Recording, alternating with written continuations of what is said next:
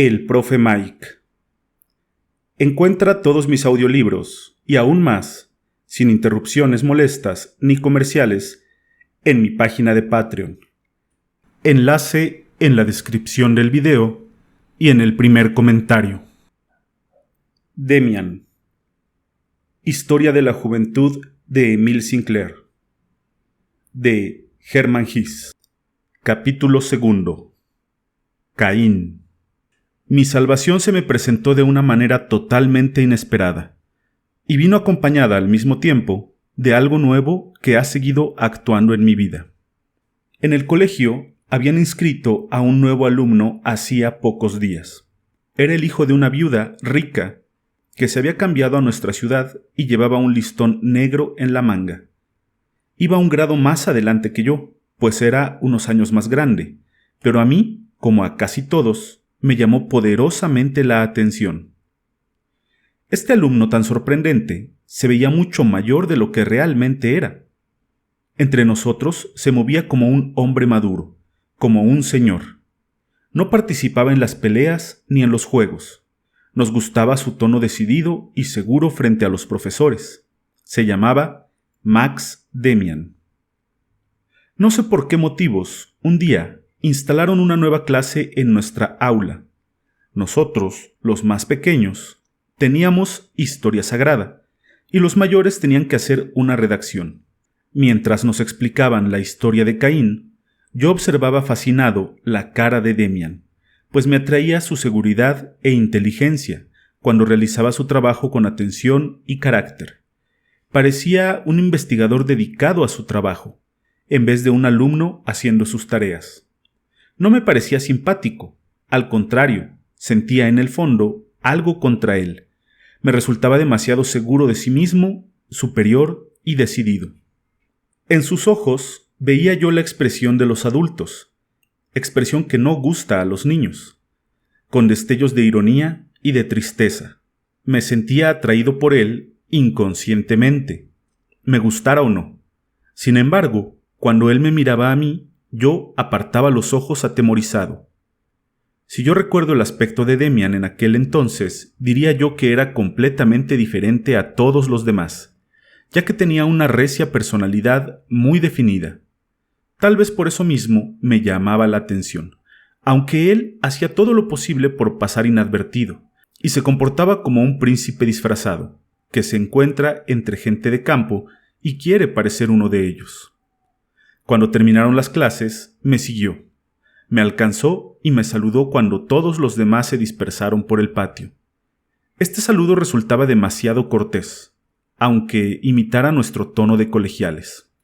¿Nos vamos juntos?, me preguntó en tono amable. Me sentí satisfecho y contesté que sí. Entonces le expliqué por dónde vivía. «Ah, ¿allí?», dijo sonriente. «Conozco tu casa. Sobre la puerta hay una cosa muy curiosa que me interesó desde que la vi». Me sorprendió que conociera mi casa mejor que yo y, al principio, no supe a lo que se refería. Debía ser al escudo que estaba sobre el portón. Había sido pintado varias veces, ya que con el paso del tiempo se había desgastado. Creo que no tenía nada que ver con nuestra familia.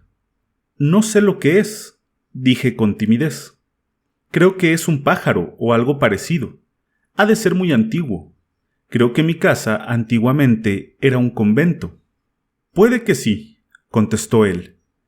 «Míralo bien. Esas cosas a veces son muy interesantes. Más bien parece un gavilán». Seguimos adelante, yo muy turbado. Demian se rió de pronto, como si algo muy gracioso se le hubiera ocurrido.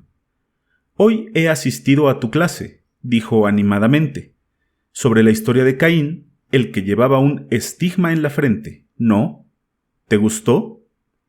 «Definitivamente no, ya que pocas veces me gustaba algo que tenía que estudiar. Sin embargo, no me atreví a decirlo, ya que era como si se estuviera hablando con una persona adulta.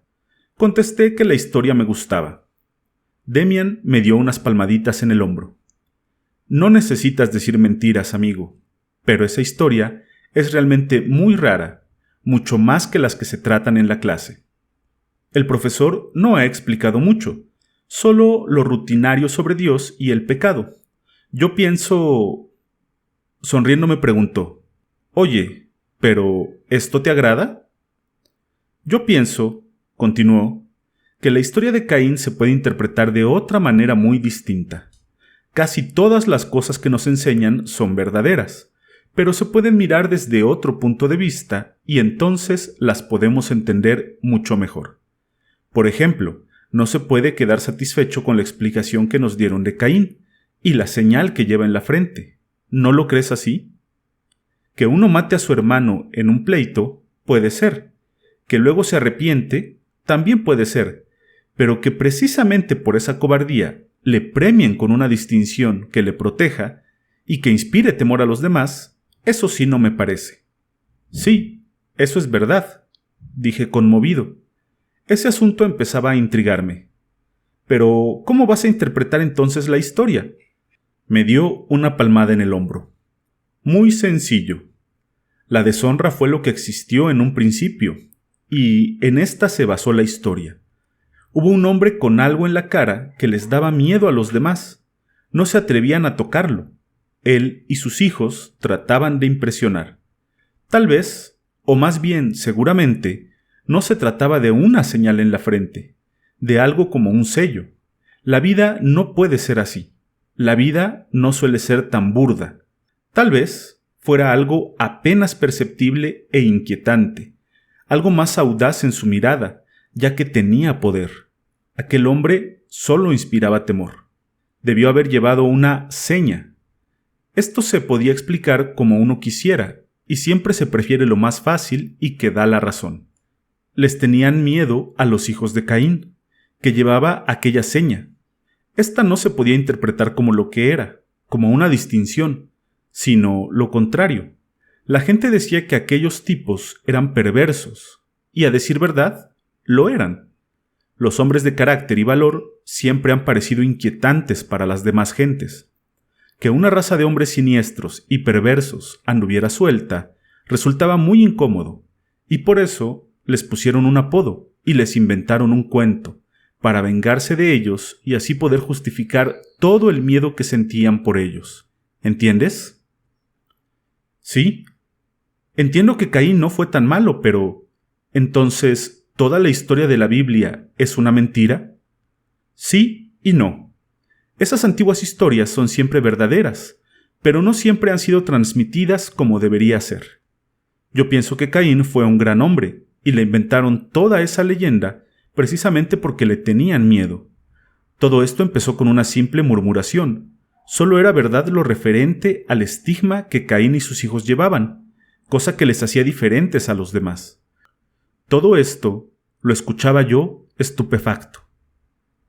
¿Tú crees que el asesinato de Abel tampoco fue verdad?, me atreví a preguntar asombrado. Claro que sí. Seguramente eso fue verdad. El más fuerte mató al más débil. Que fuera su hermano, eso sí ya está dudoso. Pero eso no tiene importancia.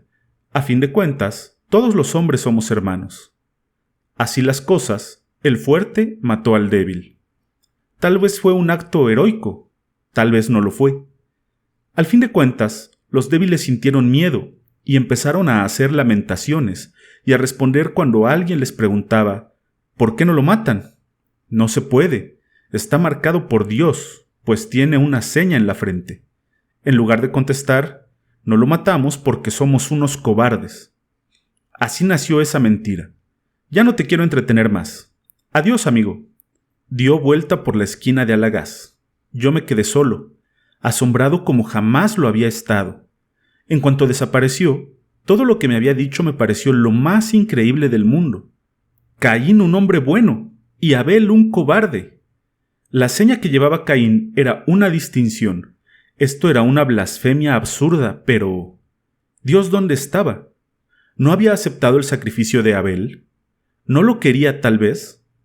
Simples tonterías. Empecé a sospechar que Demian había querido burlarse de mí para ponerme en ridículo. Demian era un muchacho muy listo e inteligente, que además hablaba muy bien. Pero esto no podía ser. De cualquier forma, nunca había pensado tanto sobre una historia aunque esto fuera o no la Biblia. Tampoco me había olvidado tanto y por tanto tiempo de Franz Kromer. Una tarde completa. Ya en mi casa, volví a leer la Biblia, y esta era clara y concisa. Me parecía insensato buscarle otra interpretación especial y secreta. Cualquier facineroso se podría declarar elegido de Dios. Esto resultaba un disparate, solo que Demian podía decir las cosas de una manera tan natural y ¿con qué mirada?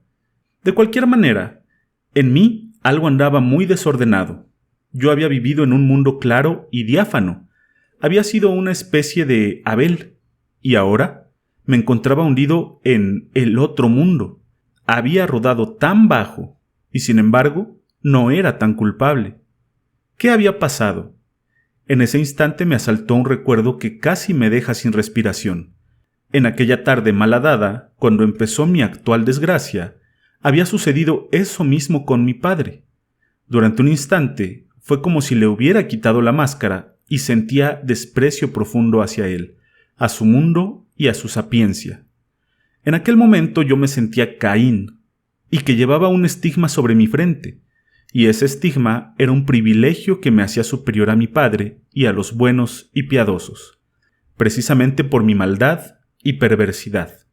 Todo esto no fue en mí, por aquel entonces, un pensamiento claro y diáfano, pero lo intuí en una llamarada de emociones y de impulsos singulares que me hacían daño, pero que me llenaban de orgullo. Qué manera tan extraña tenía Demian para hablar de los cobardes y los valientes. De qué manera había interpretado la señal en la frente de Caín. Cómo brillaban sus ojos, sus extraños ojos de hombre. De repente, se me ocurrió una idea confusa. ¿No sería Demian una especie de Caín? ¿Por qué le defendía si no se sintiera identificado con él? ¿Por qué tenía ese poder en la mirada? ¿Por qué hablaba con tal desprecio de los otros, de los piadosos y temerosos, que eran en verdad los elegidos de Dios? Con esos pensamientos no pude llegar a ninguna conclusión. En el pozo había caído una piedra, y el pozo era mi alma joven. Durante mucho tiempo la historia de Caín con el homicidio y la señal fue el punto de partida de todos mis intentos de conocimiento, duda y crítica. Pude observar que también mis otros compañeros se preocupaban mucho por Demian. Yo no había comentado con nadie nuestra plática sobre Caín, pero Demian interesaba también a los otros. De todos modos, surgieron muchos rumores sobre el alumno nuevo. Si aún pudiera yo recordarlos a todos. Cada uno de ellos arrojaría algo de luz sobre él. Cada uno tendría una interpretación diferente. Solo recuerdo que primeramente se dijo que la madre de Demian era muy rica. También se comentaba que nunca iba a la iglesia, y su hijo tampoco asistía a ella. Algunos decían que eran judíos, pero también se comentaba que eran mahometanos, y celebraban en secreto sus ritos. También se contaban cosas fabulosas sobre la fuerza física de Max Demian. Era el más fuerte de su clase, y había humillado al que lo había retado a una pelea, y le llamó cobarde porque no quería aceptarla. Los testigos de aquella pelea decían que lo había tomado por la nuca con una mano y lo había apretado con tal fuerza que el otro palideció y pidió clemencia, abandonando la lucha. También se dijo que durante varios días no había podido mover los brazos, y una tarde se comentó que había muerto. Esto se creyó durante algunos días. Todo en Demian era raro y excitante. Después se dejó de hablar de Demian durante algún tiempo, pero no mucho, pues enseguida surgían nuevas historias entre los chicos, afirmando que Demian tenía relaciones íntimas con varias muchachas y que lo sabía todo. Mi asunto con Franz Kromer, mientras tanto, seguía su trayectoria fatal. No podía sentirme libre, pues aunque a veces me dejaba tranquilo durante muchos días, yo me sentía encadenado a él. En mis sueños siempre estaba junto a mí como una sombra, y lo que no me hacía en la realidad, mi fantasía en sueños me convertía en su esclavo. Terminé por vivir más en estos sueños que en la realidad. Siempre he soñado mucho, y estas sombras me roban fuerzas y vida. Entre otras cosas, soñaba con insistencia que Kromer me maltrataba, me escupía y se arrodillaba sobre mí. Y lo peor de todo era que me inducía a cometer, con su tremenda influencia, graves delitos y crímenes. El más terrible de estos sueños, del que desperté al borde de la locura, era una tentativa de asesinato contra mi propio padre. Cromer afilaba un cuchillo y me lo ponía en las manos. Nos escondíamos detrás de algunos árboles y estábamos esperando a alguien. Yo no sabía a quién. Y cuando apareció una sombra y Cromer me indicó, apretándome el brazo, que esa era la persona a la que debía asesinar, vi que era mi padre. Entonces desperté. En medio de todo esto, pensaba algunas veces en la leyenda de Caín y Abel, pero ya muy poco en Demian. Volvió a aparecer, es curioso, también en mis sueños. Una vez más soñé que era maltratado, pero esta vez, en lugar de ser Cromer, era Demian el que se arrodillaba sobre mi cuerpo. Pero, siendo esto nuevo, me impresionó profundamente. Todo lo que había sufrido de Cromer con angustia indecible, lo sufría a gusto bajo Demian, con un sentimiento de placer y temor. Este sueño lo tuve 2 veces. Después, Cromer volvió a ocupar su lugar. No puedo ya diferenciar con exactitud lo que viví en sueños y en la realidad, pero mi relación con Cromer siguió su curso, y no terminó cuando, a fuerza de pequeños hurtos, acabé de pagarle la suma convenida. Ahora Franz sabía y conocía esos hurtos. Invariablemente me preguntaba de dónde había yo sacado el dinero, y me tenía más y más en su poder. A veces me amenazaba con contárselo a mi padre, y entonces el temor de que cumpliera su amenaza era más grande y profundo que el dolor de no haberlo hecho yo mismo desde un principio. De todos modos, y no obstante mi hondo desprecio por mí, no acababa de lamentar todo aquello, al menos no siempre, y a veces creía que debía ser así, y que sobre mí pesaba un maleficio que era inútil tratar de separarme de él. Es de suponer que mi extraño comportamiento hacía sufrir a mis padres. Yo estaba poseído por un espíritu extraño, ya no podía estar en nuestra comunidad, a la cual había estado tan unido y a la que solía añorar como un paraíso perdido. Mi madre me trataba más bien como a un enfermo que como a un malvado, pero mi verdadera situación se veía claramente reflejada en el comportamiento de mis hermanas, que era cariñoso, pero que me hacía sentir más desdichado, dejando ver que se me consideraba como a un poseído, más digno de lástima que de reproches, pero del cual se adueñó el mal al fin. Sabía que rezaban por mí de manera diferente que antes, y advertía que todo era inútil. A veces sentía una imperiosa necesidad de alivio, la necesidad imperiosa de una confesión, pero presentía que ni a mi padre ni a mi madre podría decírselo y explicárselo claramente. Sabía que escucharían con cariño mis palabras, que me tratarían con cariño y tal vez hasta me compadecerían, pero no me comprenderían del todo, y que todo aquello sería considerado como una especie de extravío, siendo como era, pura fatalidad. Sé que muchos no creerán que un niño de casi 11 años pueda sentir todo esto. No escribo para ellos este relato, lo cuento a los que conocen mejor al ser humano. El adulto que ha aprendido a modificar en ideas parte de sus sentimientos, echa de menos estos en el niño y cree que las vivencias tampoco han existido. Por mi parte, no he sentido nunca en mi vida nada tan profunda y hondamente como entonces.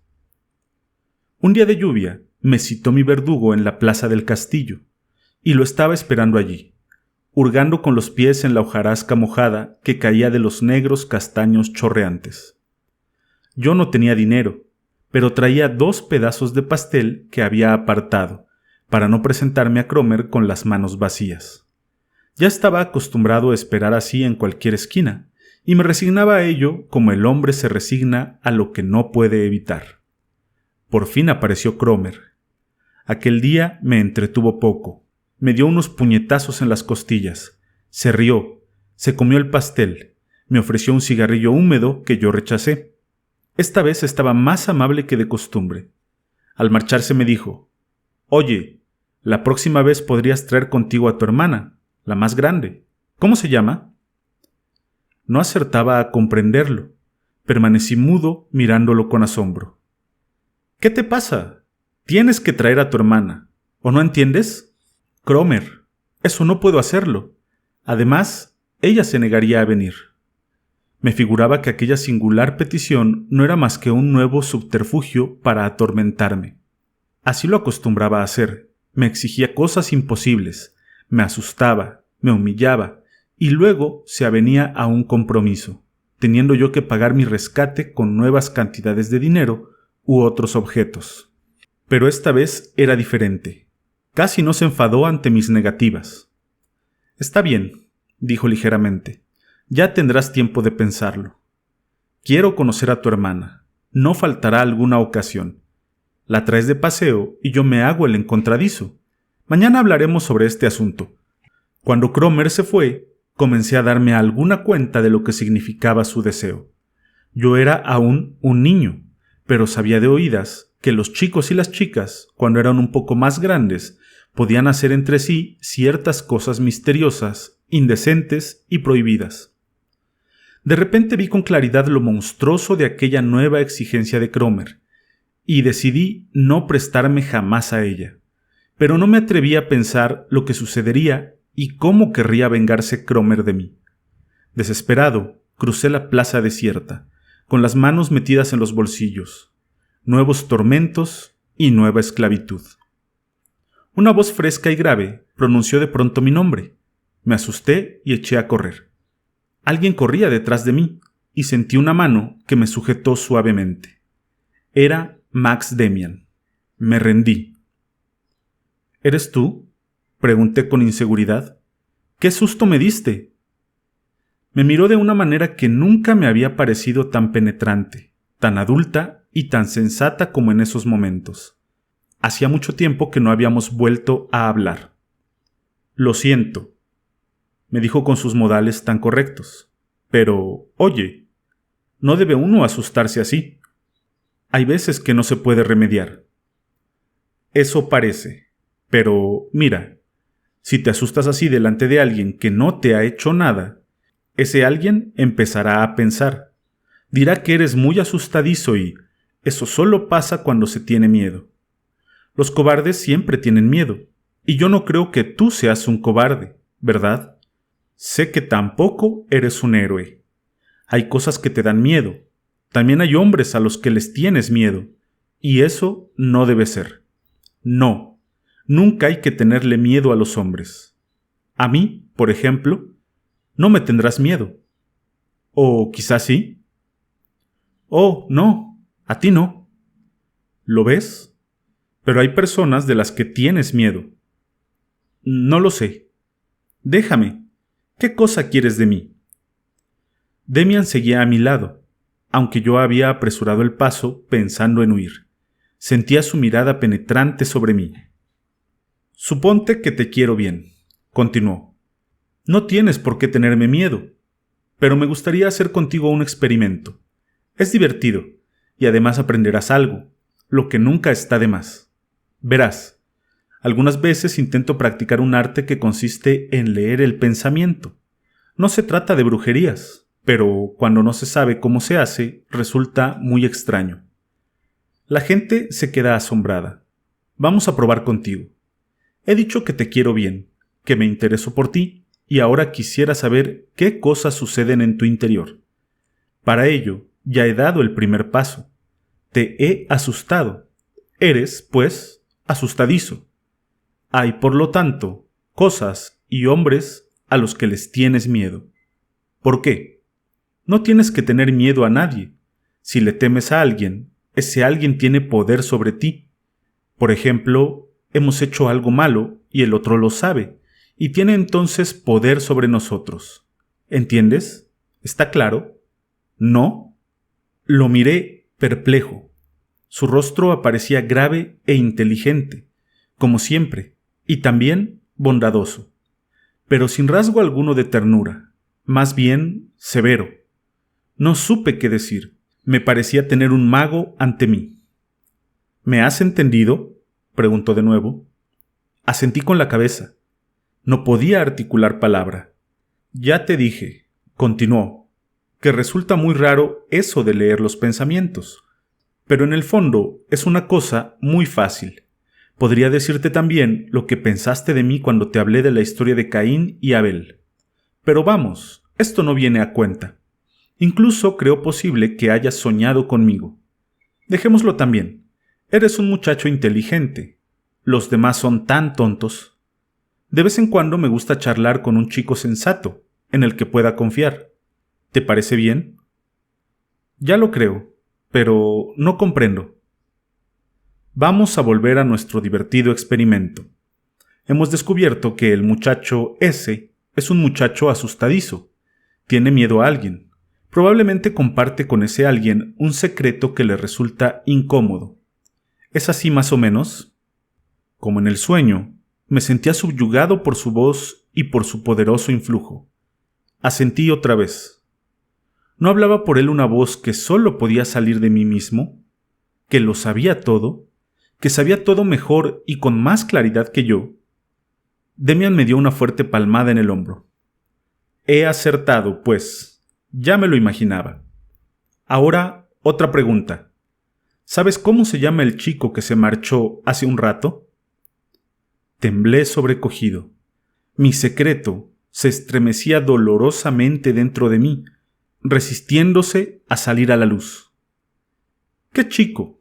No había ningún chico aquí. Estaba yo solo. Demian se echó a reír. Suéltalo ya, dijo riendo. ¿Cómo se llama?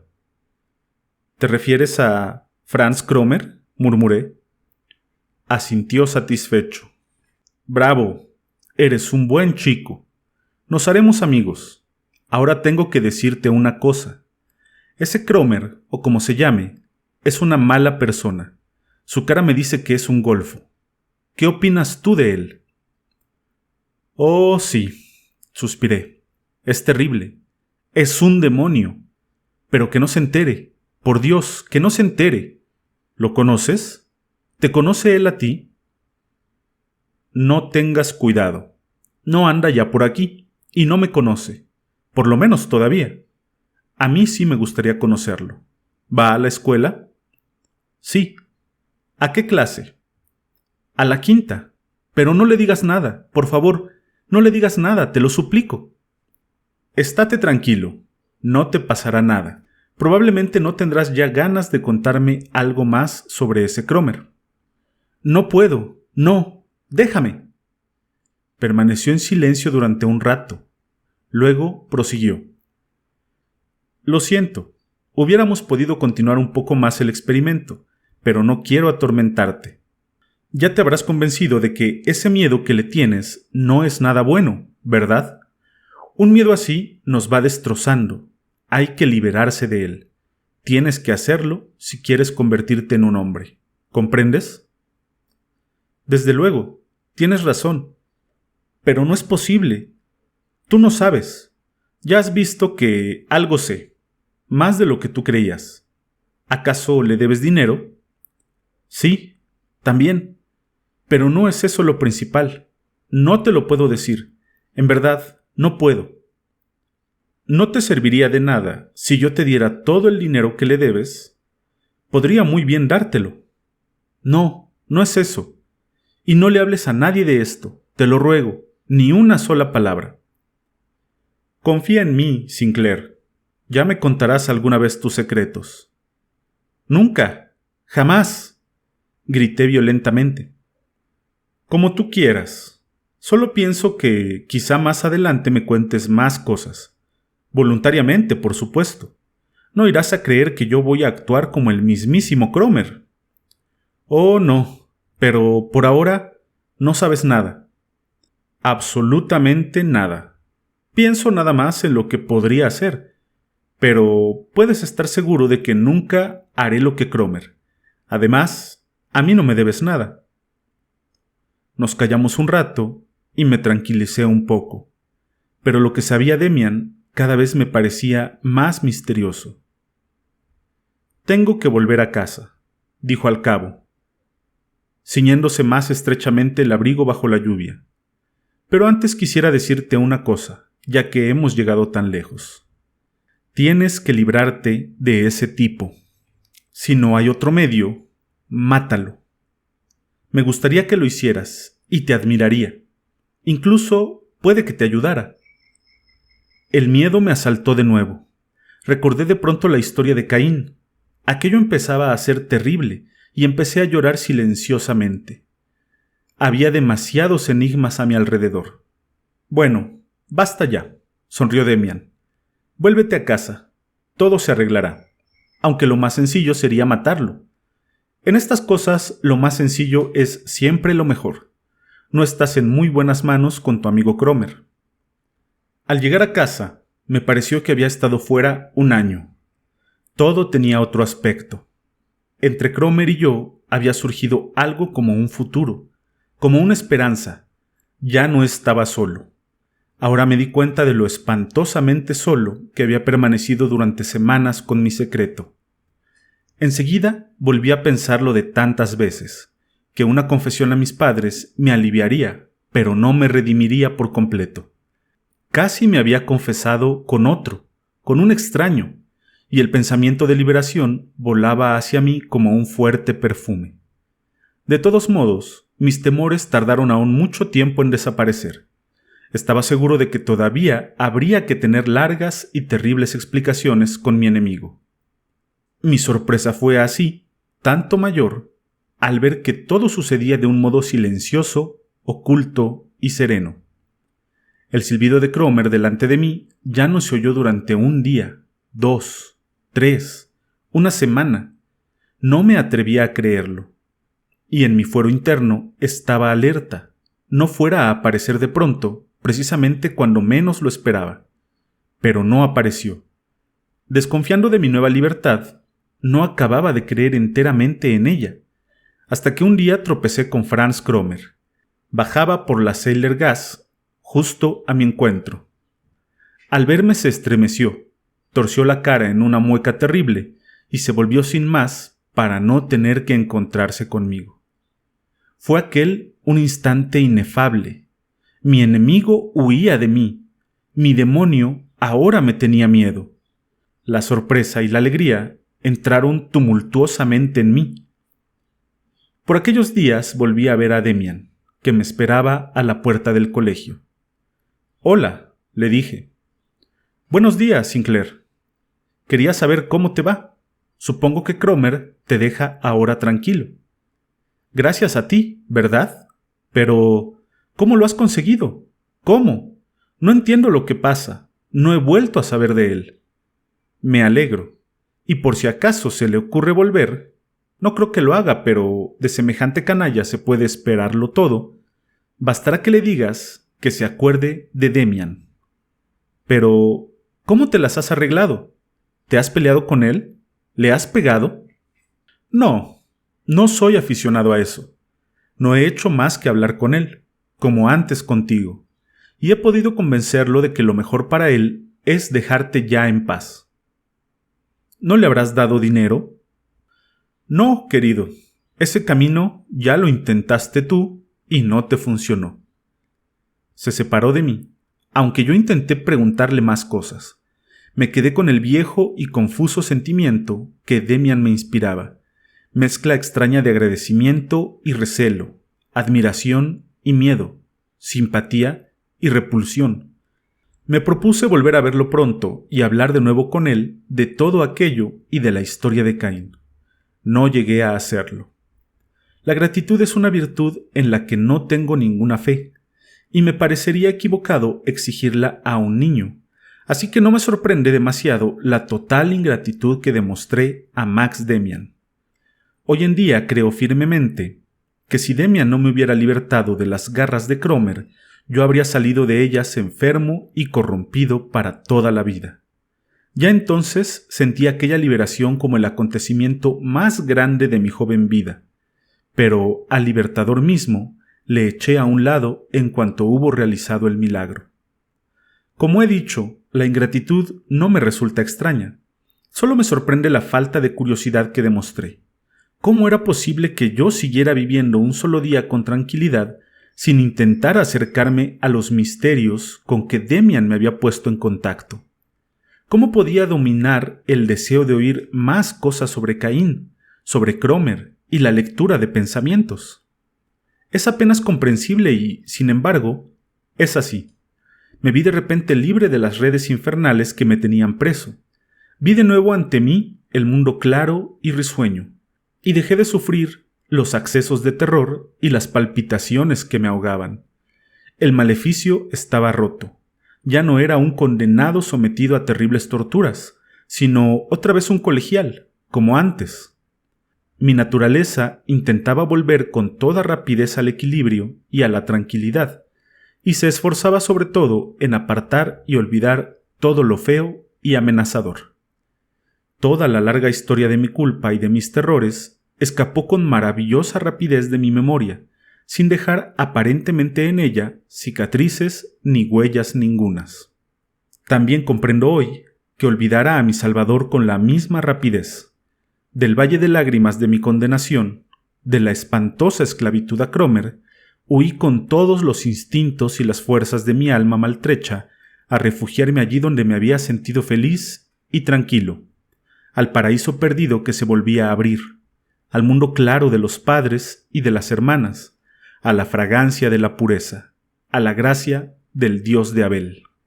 Ya en el mismo día de mi breve conversación con Demian, cuando, por fin, quedé plenamente convencido de haber recobrado mi libertad, sin que fueran de temer nuevas amenazas, hice lo que tantas veces y con tanta ansia había deseado. Confesé. Me llegué a mi madre y le enseñé la alcancía violentada y llena de fichas en lugar de monedas, y le conté cómo mi propia culpa me había tenido mucho tiempo encadenado a un malvado que se complacía en torturarme. Mi madre no llegó a comprenderlo todo, pero vio la alcancía, vio mis ojos cambiados, oyó mi voz cambiada y sintió que había sanado y le era devuelto. Y entonces celebré con elevados sentimientos la fiesta de mi reintegración, la vuelta al hogar del hijo pródigo. Mi madre me condujo ante mi padre. Se repitió la historia, interrumpida por preguntas y exclamaciones de asombro. Mis padres me acariciaron la cabeza y suspiraban aliviados de su preocupación. Todo era maravilloso. Todo era como en los cuentos. Todo se resolvía en una fantástica armonía.